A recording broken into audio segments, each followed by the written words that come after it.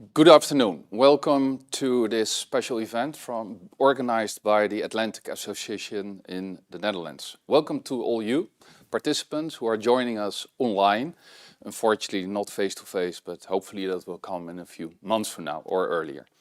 My name is Alex Krijger. I'm the Vice Chair of the Atlantic Association in the Netherlands. A special welcome to our two guests of this afternoon, Professor Sergei Guriev, who joins us from Paris. Good afternoon, Professor. And journalist Mr. Arnout Brouwers, who's here with me in The Hague. We have an hour to talk about Russia's political, strategic relations with its major Western neighbours. Very topical subject of today. Many important questions have been asked by you, participants, and I will do my utmost to address most of these questions in this coming hour. Of course, our main focus will be on the international developments, the current crisis at the Russian-Ukrainian border. Look, for instance, at the headlines in the Financial Times this morning or the Washington Post this afternoon. US President Joe Biden and Russian President Vladimir Putin will have a video call tomorrow, so hopefully that will go in the good direction. But in the meantime, we see the news, almost 100,000 Russian troops are believed to be close to the Russian-Ukrainian borders. Before we go into this crisis situation, it would be good, particularly because of the background of Mr. Brouwers and Professor Guriev, to have a better understanding of the political economic drivers behind all of this. So what's going on in Russia itself? Let's start with introducing our two guests. Professor Sergei Guriev, Professor of Economics in the University of Sciences Po in Paris. Since 2010 also working at the Center for Economic Policy Research in London. Presently also, since 2 years, also leader of Research and Policy Network on Populism. Between 2016 and 2019, the chief economist at the European Bank for Reconstruction and Development. Before that, between 2004 and 2013, rector at the New Economic School in Moscow. And his educational background, amongst others, is at the Russian Academy of Science, Doctor of Science in Economics, PhD, Physics and Maths, and also in Computer Science. If you look at his website, it's very impressive, Professor. A lot of books and articles have been written by you, also in international journals. Think about also the New York Times, Financial Times, and Washington Post. Thank you, Professor, for joining us this afternoon from Paris and sharing your insights with us. Mr. Arnout Brouwers, journalist at the Volkskrant, wrote a beautiful book about Russia a couple of years ago, Rodina. I probably pronounced it not right, Mr. Brouwers. Background at the Volkskrant already for many years. You have done different jobs, and one I think is particular of interest for today. You have been working, I think, in Russia for almost 7 years as a foreign correspondent between 2006 and 2013. And if you read the Volkskrant, I really would recommend it. You see almost every day updates from you about what's going on in the world and also in Dutch politics. Background of Mr. Brouwers is also at the Ministry of Defense, at the Netherlands Scientific Council for Government Policy, in the Netherlands called WRR. And he studied in the United States, in Massachusetts, security studies, human rights, conflict management, and also in Amsterdam, amongst others, American studies. Welcome, Mr. Brouwers. Let's start with two quick questions, because there are many things to discuss. Professor Guriev, this weekend, we've seen the news that Valérie Pécresse was elected by the Republicans to become the nominee for their party as candidate for the 2020 elections. So it could be that she becomes president in, in April, first or second round. She has an interesting background when it comes to Russia. What I do understand, she studied Russian when she was 15. She was in the Soviet Union, attending various camps, cultural camps. So what do you think? Will it change anything in the historic good relations between France and Russia if she becomes president? Thank you, Alex, and thank you very much for inviting me to this conversation. It's a great pleasure and honor to be here talking about Valérie Pécresse. She's indeed now a presidential candidate from the center-right party, Republicans, the Gaullist party, which changed names many times. This is the party of Nicolas Sarkozy and François Fillon, who were friends of Vladimir Putin already. And now François Fillon, who is convicted in France for fraud, is serving as a board member in a state oil company in Russia. That happens to some Western politicians.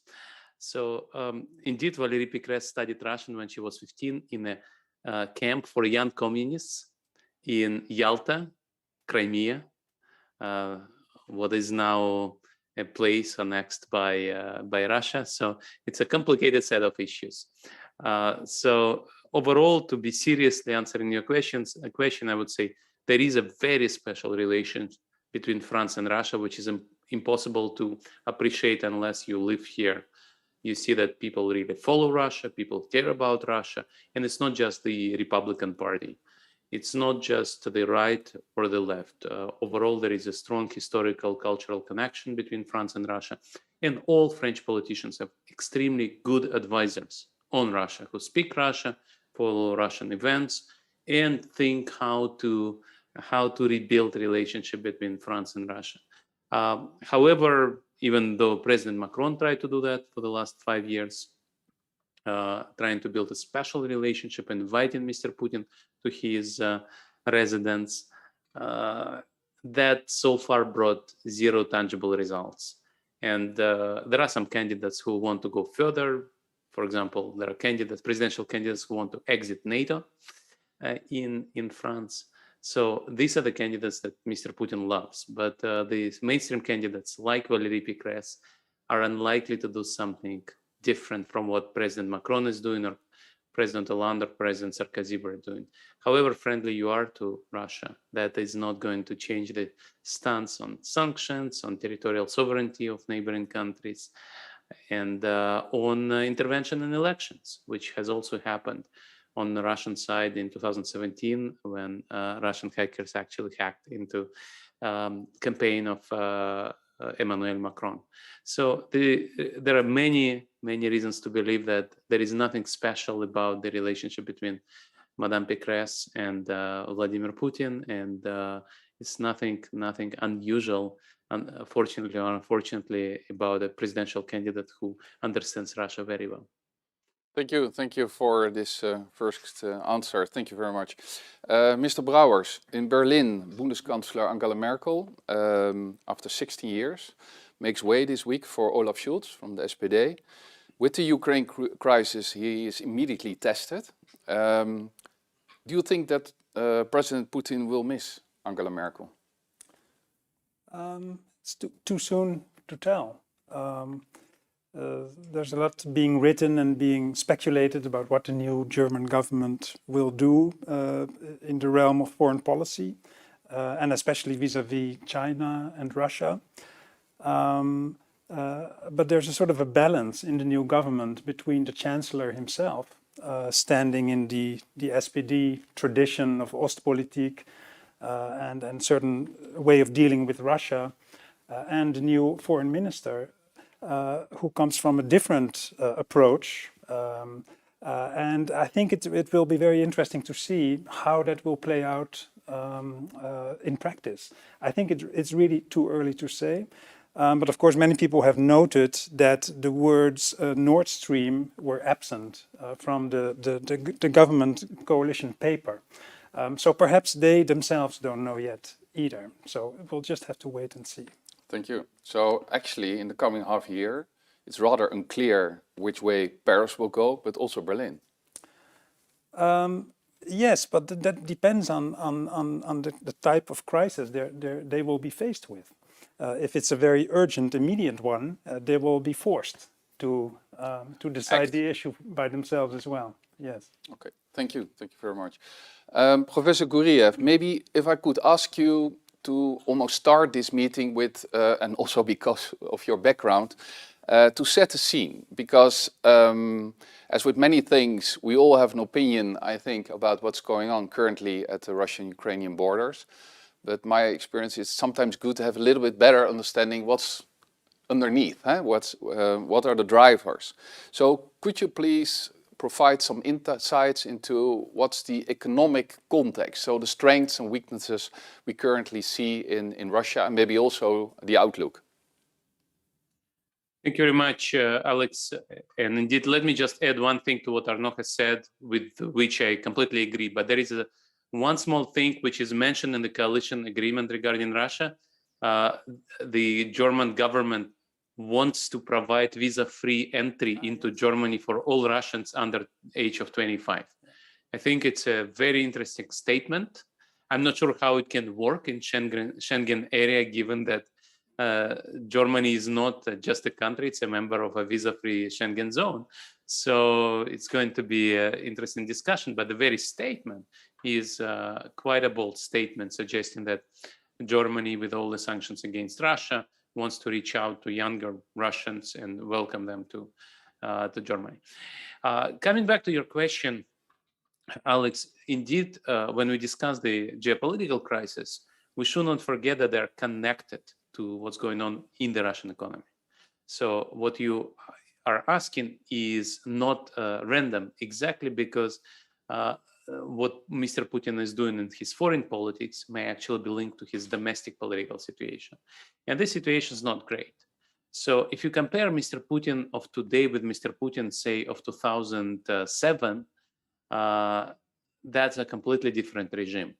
So in the first 10 years of Mr. Putin were fantastic years in terms of economic growth. Well, reforms of early Putin years contributed, good geopolitical environment contributed, oil prices were very high, but Russian economy has actually doubled and Russians saw really fast income growth. Now, then, Mr. Putin's model of managing the economy showed that the growth was slowing down. So as corruption was growing, the state control of the economy was growing, economic growth started to slow down. And from 7% per year in the first 10 years, after the crisis of 2008, Russian economic growth came down to, say, 1% a year in 2013. So when Mr. Putin saw an opportunity to boost his legitimacy in 2014, he took it. Indeed, his approval rankings were sliding down all the years until 2014. And 2014, with the annexation of Crimea, they jumped by 20 percentage points. Now, after all, the euphoria ended as well. And by now, Mr. Putin's approval ratings are at historic lows. They're still high, but they're at historic lows. Why? Because the economy is not growing. Today's incomes of Russian households are 10 percentage points lower in real terms, adjusted for inflation, 10 percentage points lower than in 2013. Even though the oil price is not low, even though Russia has enormous foreign currency reserves, but the economy is not growing. And so this is a paradox of Russian economic model. It's very stable. It's not Turkey. It's not suffering from runaway inflation. It doesn't have a big budget deficit. It has very low external debt, but it also cannot grow. Why? Because investment climate is bad, because of sanctions and counter sanctions imposed by Russia on foreign trading partners. Russia actually is observing a 1.5–2% growth rate per year. So if we think about the outlook, for example, the 2022 recovery will be fine. Russian economy in 2021 will grow by 4%. Some forecasts even give 5%. But then this recovery will again run out of steam and Russia will come back to its slow growth rate of 1.5–2%. So if you look at IMF forecast, for example, IMF thinks that Russian economy will grow at 2% in 2023 and 1.6% in later years. Why? Exactly because bad investment climate, low protection of property rights, lack of rule of law, domination of state companies and oligarchs connected to the president, and of course, isolation from the economy. Now, you would say, why aren't Russians protesting against that? And that's another change. By understanding that Russians are unhappy, Mr. Putin tighten the screws a lot. And so he sees that his legitimacy is coming down. So he very recently, starting last year, he changed the constitution. He introduced many repressive laws. The main opposition leader, Alexei Navalny, is now in jail. His organization is announced extremist, so it's equated with organizations like ISIS or Taliban. So if you work for Alexei Navalny, you can actually face 10 years in jail, and that's one of his original colleagues is now facing that. A person who ran Navalny organization in Bashkiria, Lilia Chanisheva, is now behind bars. Tens of his other colleagues have left the country, and protesting today is actually very dangerous. Moreover, Russia is taking over the media sphere. Most independent media are now announced foreign agents, so it's very hard for them to work. And we now see also the offensive against the social media. However, still, Mr. Putin is thinking that he can use his 2014 trick again and tries to test the limits of what he can achieve in Belarus, in Ukraine, maybe in Syria, to bring back the perception to his base, saying that maybe incomes are not growing, but at least we are an important and respected country. And if I want to talk to President Biden, he talks to me.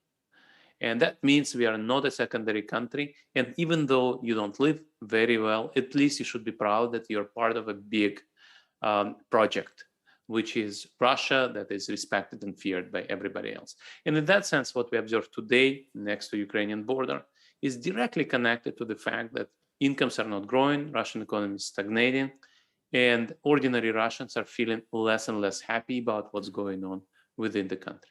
So let me stop here. Another thing which is probably going to come up regarding the management of the COVID pandemic, that's yet another subject, but let's give floor to Arnout. Yeah, thank you. And but you talked about the paradox, because on the one hand you see, of course, there's enormous gas demand at the moment in Europe when it comes to Russian gas, also in the Netherlands. Think about the discussions on Nord Stream 2 with Germany. So that one is going and growing in the coming years, is expected. But you say there is something wrong with, let's say, the investment climate. How is the private sector dealing with that? I can imagine that Gazprom, etc., they don't mind, they're happy. But what about the others? Because they must see and recognize that something is not going well when it comes to the investment climate. So if you're a private entrepreneur and you want to speak publicly against what's going on, you actually are facing major risks. And there are entrepreneurs who are in jail, there are entrepreneurs who ran away. And at some point, there was a very interesting adventure. Mr. Putin has an ombudsman for entrepreneurship. So this person was appointed 10 years ago to help entrepreneurs who suffer from bad investment climate, predation by government bureaucrats or policemen, extortion of bribes, and so on. And so he thought that the exodus of entrepreneurs is very costly. So he actually extended an invitation to people who left to come back. And he said, I am representing President Putin.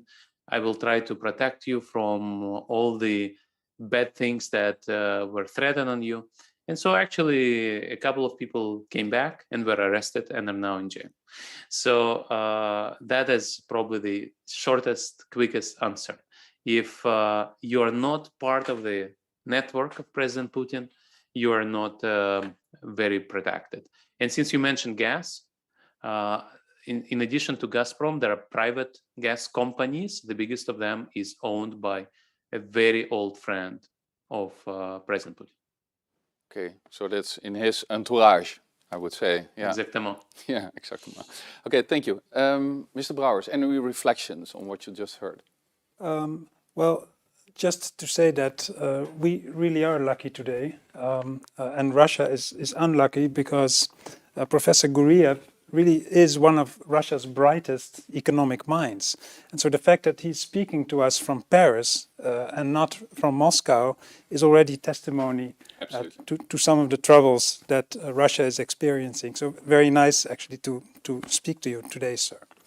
About entrepreneurship, I remember a trip I made by train to Vorkuta.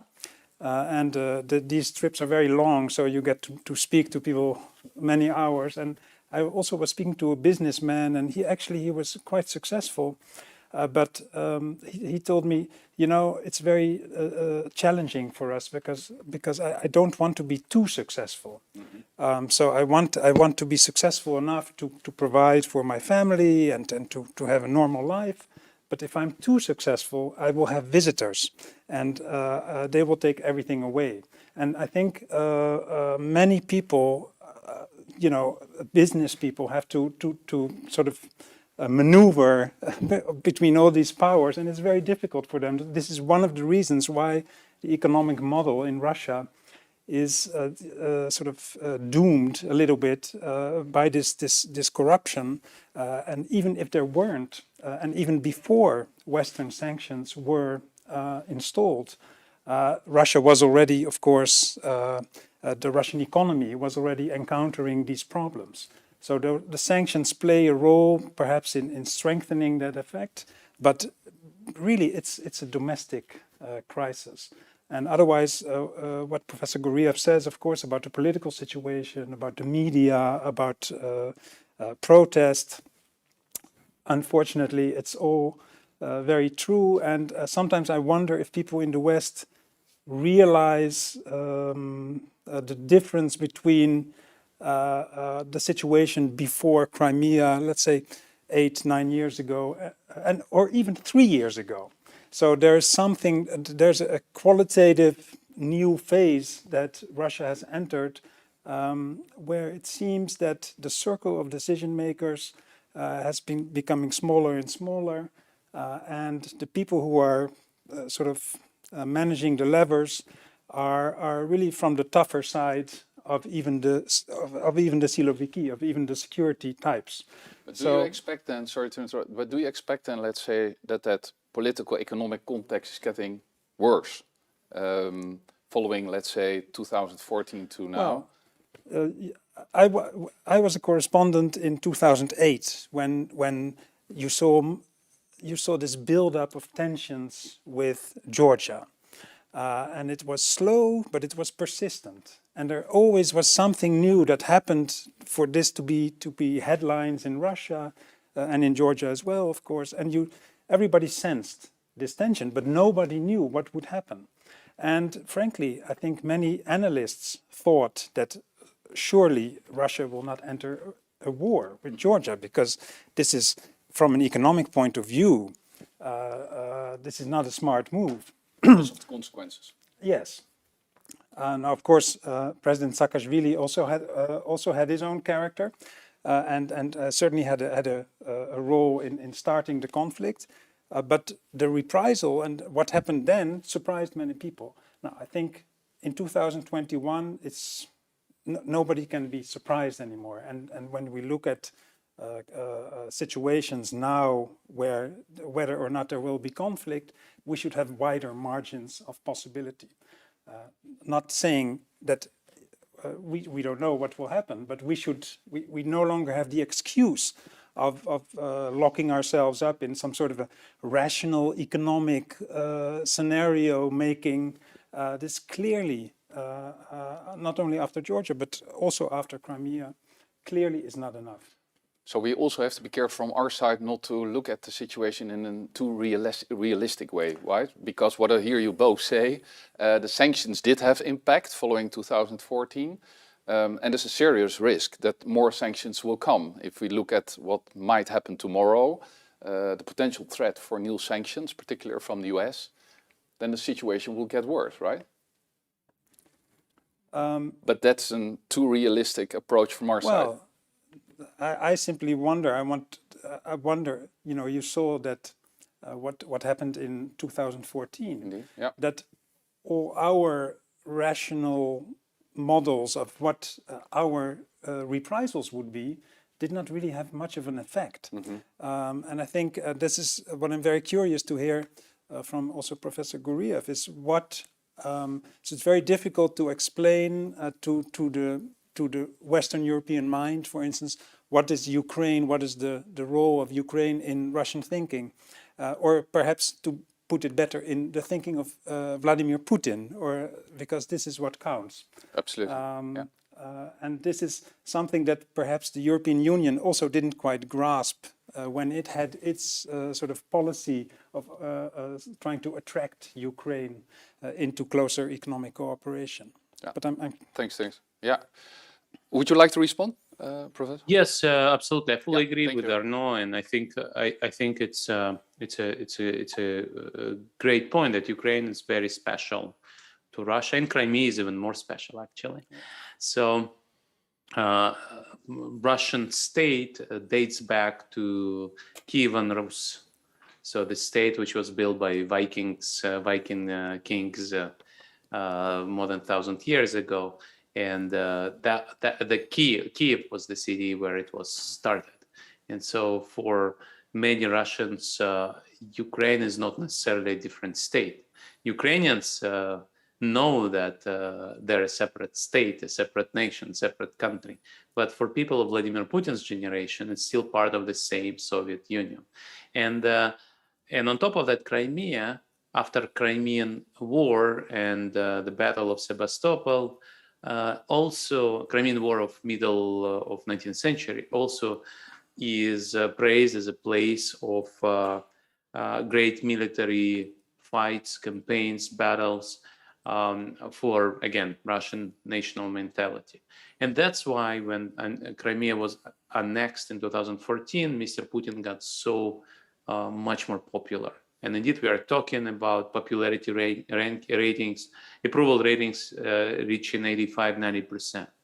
It was a completely different ball game, and this thing subsisted for several years despite economic difficulties, including those driven by the sanctions, despite a clear view that economic growth has stopped.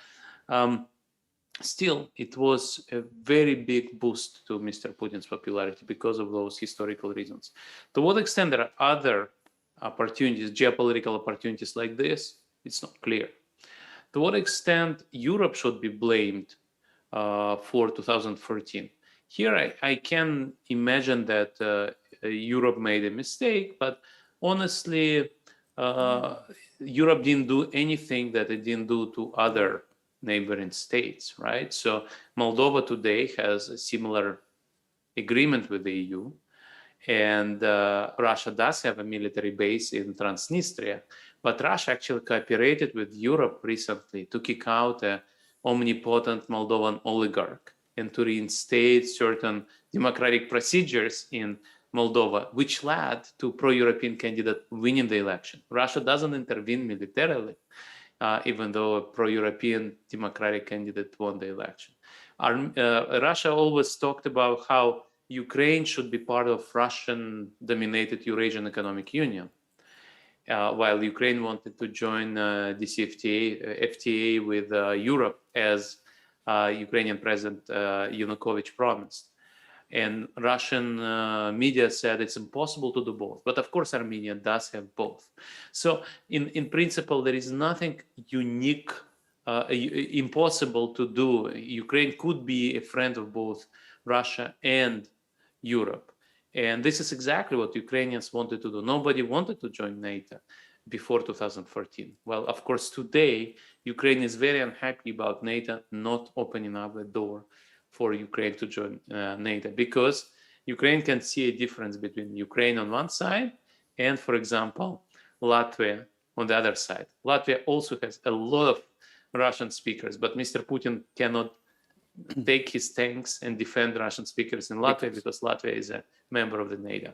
So in that sense, yes, Ukraine has a unique historical importance to Russians, to Mr. Putin in particular, but also it's very fortunate for Mr. Putin that Russians believe that Crimea should be part of Russia, which brought him popularity and prolonged his regime. And to answer your question, Alex, whether we should expect things are going to get worse, I should say yes. I don't see any reason for this regime suddenly to become softer, more democratic. And I think until the regime is changed, we will continue to see those problems emerging. And maybe indeed, we should not be too hopeful. And this is where I fully support what Mr. Brouwers said. After 2014, we can expect the unexpected. We're expecting the unexpected. Maybe related to that, Professor, and also Mr. Brouwers, if I look at a couple questions that have been asked, most of the questions have been about the international situation, of course, but there have been some questions asked by the audience about domestic topics. One of them is, will the aging Vladimir Putin be able to hold on to power? Because now Russia's economic situation is turning bad to worse. So he's already in power for a long time, but what are the scenarios there?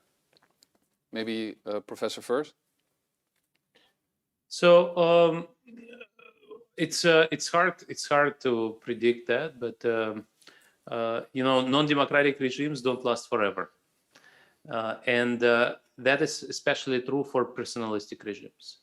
So when you have a party or a theocracy or a military junta, you can imagine how succession happens. For every non-democratic regime, succession is a challenge. But for a personalistic regime, it is a challenge on steroids in the sense that it's not clear how you can how the regime can survive its founder. That's the first thing. The second thing is you still have a lot of unhappy people. You mentioned entrepreneurs. Everybody is aware that this regime is indeed resulting in stagnation and not creating opportunities for business, for development of the country. These people are afraid, but maybe at some point they will actually do something about Mr. Putin. We know that many regimes change when you have a plot of elites against the rulers. There is a Nobel Prize winner, Mario Vargas Llosa, who wrote a book, The Feast of a Goat, about Trujillo. And Trujillo was omnipotent Latin American dictator in Dominican Republic. He was killed by his own officers. The highly successful dictator in South Korea, General Park, who really created Korean economic miracle, was actually killed by his own security chief. And so you can go and provide examples like this. Another opportunity is, of course, when you have a protest which would be so large that police will not dare to crush it. For example, right now, the government doesn't know what to do with anti-vaccine movement. And I myself, I strongly believe that vaccines are good and people should get vaccinated. But in Russia, you have a large anti-vaccine movement because the people don't trust the state, and the government doesn't know what to do with that because these are the people who are not agents of the West. They're definitely people who genuinely just don't want to get vaccinated. The government doesn't know what to do with that. And in terms of epidemics, Russia is a disaster. We're talking about 1 million people. If you count excess mortality, the epidemic cost Russia 1 million of excess deaths. So it's a huge challenge as well. So you may have a protest like this, which eventually the government will not be able to suppress. But if you remove those scenarios, then yes, Mr. Putin will stay in power forever. So he changed the constitution last year, and now he can run again in 2024. Then in 2030 and stay until 2036. And nobody has any doubt that if he needs to change constitution again, he will change the constitution again. Okay, thank you. Ms. Brouwers, any reflections? Well, I think this question points us to a little bit of a tragedy of modern Russia, because especially if you have lived in the country, you know that it's populated by many millions of people who are very similar to us, also very similar in what they want from life. They want to provide for their family and to do things that they enjoy. and to express themselves also. And these people are in some ways much more advanced than their leaders. And this is, I would say, a tragedy. And why I'm not very optimistic at the moment about the prospects is that, but I'm sure Professor Guriev can say more about that, is that, of course, the current economic structure of Russia is also favorable to exactly those tough security types. Small group. Who run the country. And even aside from the huge problem of any type of succession, there is the problem of this infrastructure underneath, where security and economic profit are somehow intertwined. And you see this in some other countries in the world where the population is completely different from these structures at the top, and that can be very difficult to break, and also very difficult to predict when or how that should happen. Yeah. Also, maybe one more last question before we move to, let's say, the Ukrainian situation. Professor, there were also a couple of questions about human rights, cultural differences in the country itself. We tend to forget on this side of Europe that Russia is a federation. And you briefly mentioned, Mr. Brouwers, of course, your own background. I think it would be interesting for people to get a better understanding of your personal background. If I'm correct, you left, but it may be better to say you fled the country in 2013. Very serious context. But we should not forget it's a federation, Russia. So you talked about, both of you talked about economic context, political context, some other issues, look at the COVID-19 impact, but also the country suffered, of course, particularly in the last few decades, with different nationalities, uprisings, etc. So maybe briefly, before we go to the Ukraine, can you say something about that? How's the situation at the moment within the federation with regard to ethnic minorities? Well, it's a very complex question because Russia is a home to 100 ethnicities, right? And indeed, some of them have their own regions, provinces. So some of the provinces are called republics, where you have state language being the language of the non-Russian minority. And it's very complex. It depends on the region. Some regions are more Russified, some regions are less so. In some regions, you have regimes which are even more repressive than Putin's regime itself. So if you think about Chechnya, for example, the Chechen president says that there are no Chechen gays. So he says that Chechens cannot be gays. And that means that if you want to come out and, for example, you run away to Europe, and then if you're deported back to Chechnya, you face a risk of torture, if not death. And such cases have been documented. You can watch a movie called Welcome to Chechnya documentary. It's really a horrible story to tell. There are some other regions where people want to speak their own language, and there are some controversies. But overall, Russia is home to many Muslims, for example, and overall the coexistence is peaceful. So Tatarstan is a republic where the dominant ethnicity is Tatars, and Bashkiria, which I already mentioned, Bashkirs. These are Muslim ethnicities, and there is really these are secular states, if you like, and there is nothing like what we observe in some other places in the world. So I won't say that this is the most important challenge. The challenge is there with immigration from Central Asia. This is an extremely painful issue, and Russia has neighbors such as Kyrgyzstan, Tajikistan, Uzbekistan, which are very poor and populous and young states. And like in some European countries, these former colonies, let's call them what they are, send labor, low-skilled labor to Russia, which is not always popular. And so one thing which just happened as we speak is a very interesting thing. The leading Moscow-based real estate website announced that it will ban open discrimination in real estate ads. So until today, if you want to rent an apartment in Moscow, you will see that 20% of ads would say we only allow Russian tenants, not Asian tenants. And that was openly possible. And only today, because this company is now going to list in New York, they accepted this new rule that you cannot advertise apartments only for Russians. But these issues are difficult. These issues are very, very difficult. But in a sense, I wouldn't say that they're directly related to what's going on between Russia and Ukraine. It makes the situation even more complex. Conscious of time, we have to move on, I think, to the international context. Ukraine, I think we should start there.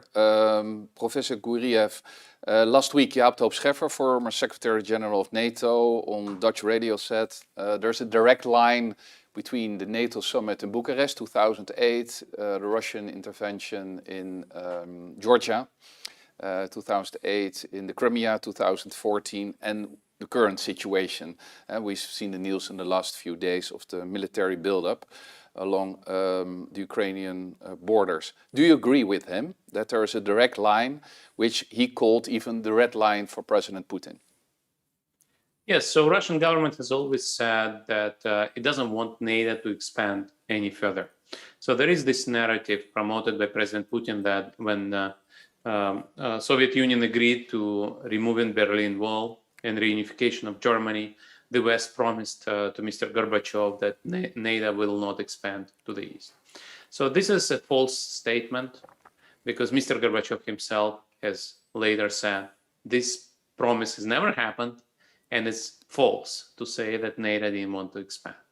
Now, Putin recently said that we had excellent relations in early 2000s. Why would NATO expand further to the east? The problem is, of course, that NATO didn't expand after this favorite relationship. NATO expanded in 1990s. In 1999, Central and Eastern European countries joined NATO. And Russia had a wonderful relationship with NATO in 2001 when it was a US ally in the war on terror. There was a special NATO-Russia Council. So it's an ex post justification of this narrative that Russia hates NATO approaching and encroaching on Russia. This is related to evolution of Mr. Putin's thinking, not about NATO expansion. However, it is right that in 2008, there was a Bucharest summit. There was a discussion of membership action plan for Georgia and Ukraine, and indeed that eventually resulted in Mr. Putin saying to Western politicians, Ukraine is not even a country. And indeed, what happened in 2008 in Georgia, which Arnaut has explained, also happened right after. And today, Mr. Putin demands that Ukraine commits not to be able to join NATO.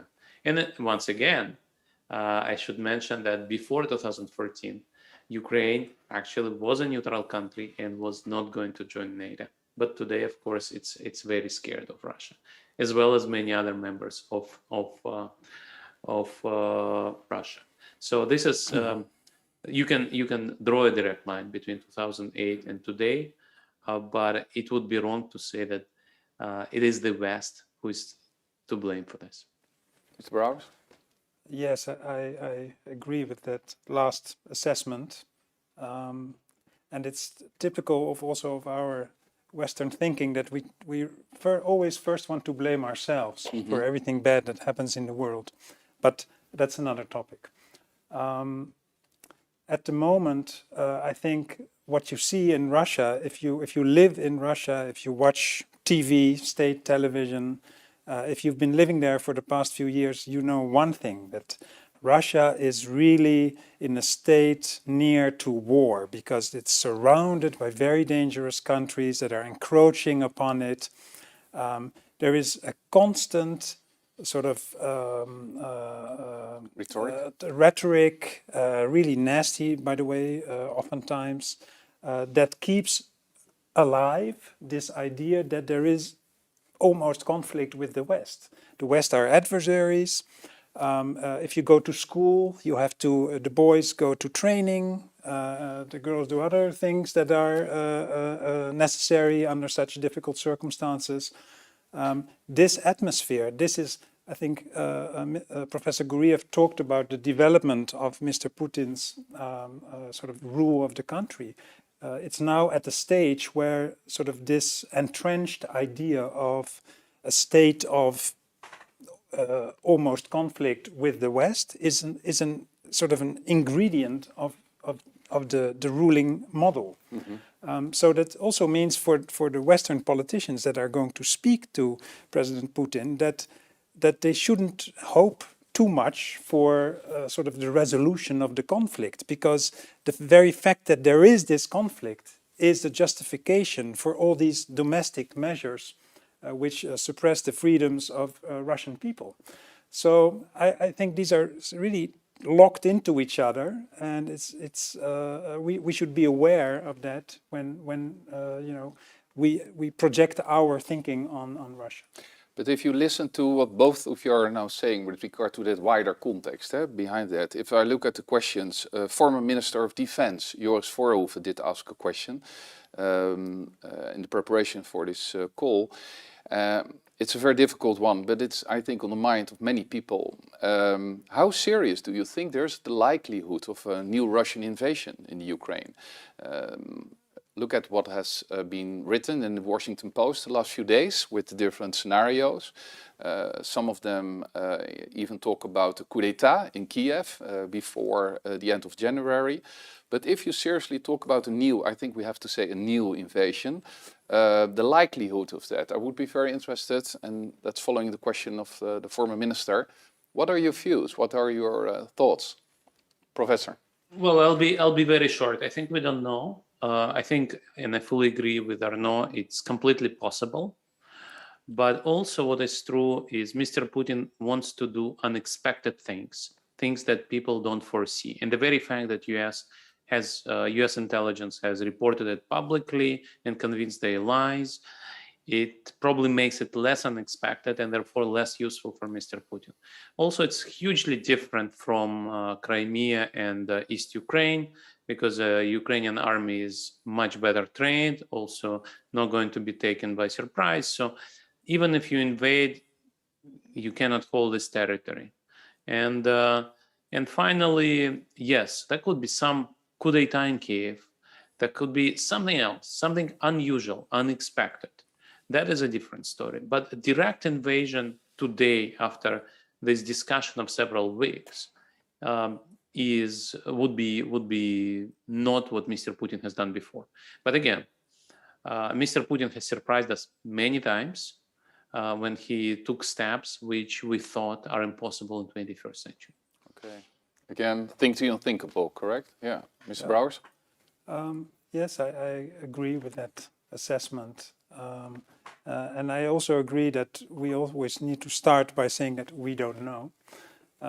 But what has changed and what is different with Crimea is that, of course, at the moment, I don't think invading Ukraine would boost necessarily President Putin's ratings to such high degrees, because people are really a little bit tired of their personal lives not getting any better. And there is opinion polls show consistently that they want him to address domestic ills, so to speak. So I'm not sure that would be a reason. Second point, all these debates about what the West will do, Ukrainians really depend on themselves. And they're a proud people, and they have withstood this pressure and intimidation for quite a number of years now. And this is also a factor when you're the invading party, you are calculating what will I encounter. Well, I think this is an important factor to take into account in Moscow, and I think they do. But just like Professor Guriev says, the unexpected hybrid sort of, creating mist, confusion, uncertainty, In any case, this entire year, Ukraine is faced with these enormous masses of troops by its border. So the intimidation and the sort of the influence of undermining any regime in Kiev is in any case happening by this. Yeah. What does this mean for the meeting tomorrow? The virtual meeting between President Putin and President Biden. What are your observations, Professor? I don't know. There will be some discussion, and hopefully there'll be de-escalation after the meeting. But I just don't know what Mr. Biden can give to Mr. Putin. What can Mr. Biden promise to Mr. Putin? It's just there is no way that Mr. Biden can just say, "Look, there is a guarantee cut in stone that NATO will never accept Ukraine as a member." Because it's not up to Mr. Biden. There'll be a new president of the United States, new general secretary of NATO, new president of Ukraine 10 years later, and so what? It's not possible to do that. And remember, there was this concept of Finlandization. And when Soviet Union wanted its neighboring country, Finland, to be an independent country with market economy, but not able to join NATO. And today, Finland is not a NATO member, but it may well be the case that the Finns will change their views and also join NATO. And the more geopolitical adventures Russia carries out, the more Swedes and Finns actually talk about something like this. So things like this may change over time, and Mr. Biden cannot promise anything. He can just stand up and say, at the moment, NATO is not offering membership to Ukraine, which has been the case a month ago and 5 years ago as well, and 10 years ago. So I don't know. Mr. Brouwers? Yes, it's true. He cannot negotiate away any peoples or countries. This is really a game that you read much about in Western Europe, especially from intellectuals who read too many books and come up with these ideas. But this is 2021. So this is really not an option, and it means that Mr. Biden he's limited in trading away Ukraine, but he's also limited in saving it. This is my personal conviction, and Ukrainians also know this. Yeah. Do you see? Do you see tomorrow's meeting, both of you, as a very crucial meeting, or is it a moment in time, and a few weeks from now we are maybe in a different situation? I think it's good because I don't agree with people who say that you should not speak to President Putin. You can speak to him, but it matters what you say. And I think if this can help in de-escalating a little bit, great. Also, President Biden chose, of course, to talk to President Putin on a strategic level. I think this also was a smart move because, first of all, there are many things in that area that need to be settled and discussed. And second of all, it may, to some degree, sort of make this relationship a little bit more stable than it has been. Okay, Professor? Yes, I fully agree. You need to talk to Mr. Putin. Maybe there'll be some roadmap for renegotiating Minsk agreement or implementing Minsk agreement. But I think waking up on Wednesday without a war is already a good outcome, and whatever it takes. But I fully agree with Arnaut that it's not up to Mr. Biden to negotiate the future of Ukraine behind Ukraine's back. This is not how things are done now, and it's not going to happen. And again, President Biden cannot do things. So President Biden cannot just say, okay, we are so scared that you should just take half of Ukraine and call me again in 1 year. Yeah. So it's I think we are not. I hope we will not see the war starting next, but I don't know. I just don't know. Yeah, let's see how it goes tomorrow. We only have 1 hour. There are many things actually still to discuss. I would be interested also based on questions we received. Do you see, both of you, any connect between what we've seen recently at the Belarus-Polish borders with the migration, the situation at the moment at the Western Balkans, in the Bosnian-Serbian area, So if you look at all these things at the same time, what kind of connect do you see? And of course, situation with Ukraine, and even there are some tensions with the Baltics. So what are the connections, Professor?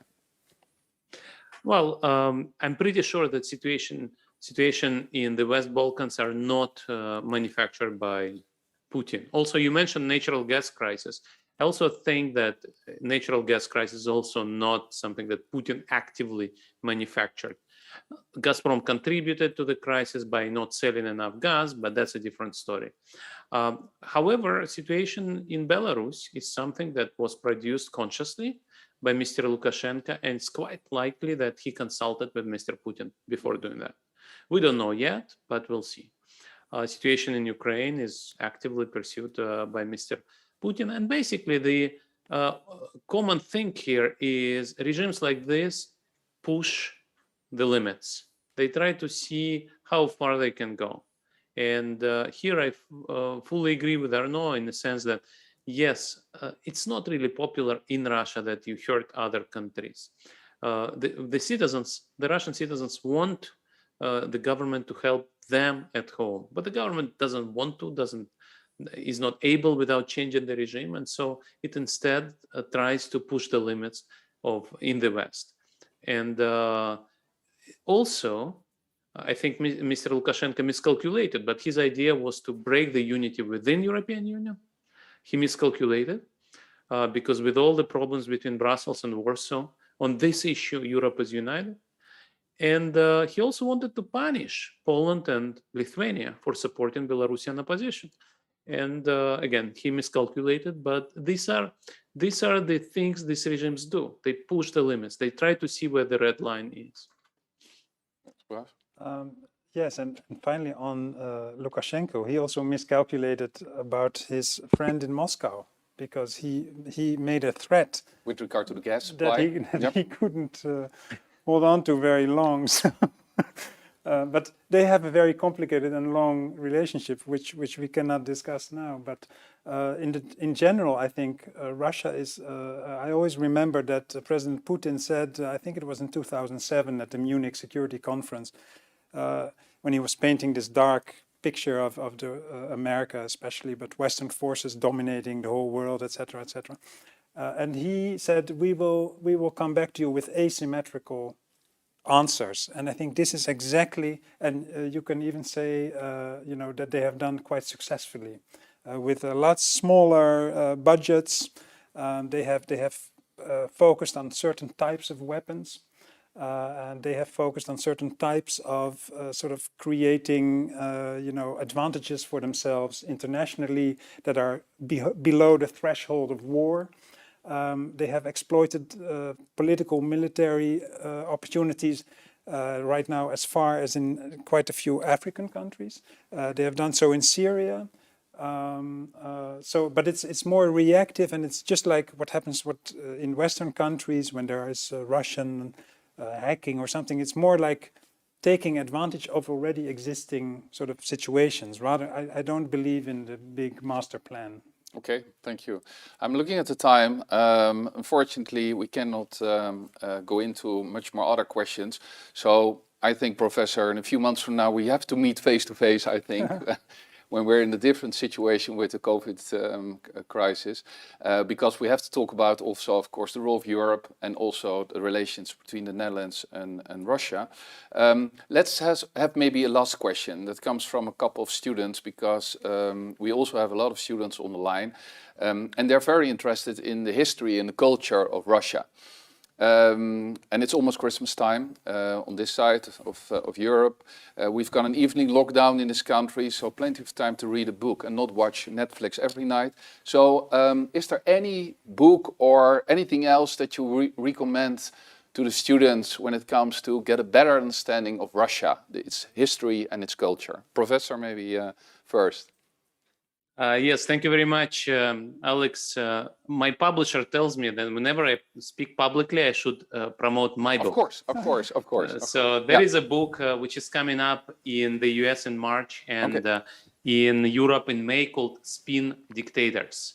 by myself and my co-author Daniel Trisman, American political scientist, where we discuss Russia. We also, I should say, discuss countries like Venezuela, which is a scary example how a dictator like Putin has become somebody else, Maduro, who is incompetent, non-popular, very brutal. Economy is in shatters, and still the country functions. And in that sense, Russia is still a very well managed country relative to Venezuela, and still Maduro is still in power. So it's pretty scary. So the book is called Spin Dictators, comes up next spring. But on the fiction side, I have a book to recommend. It's called Gentlemen in Moscow.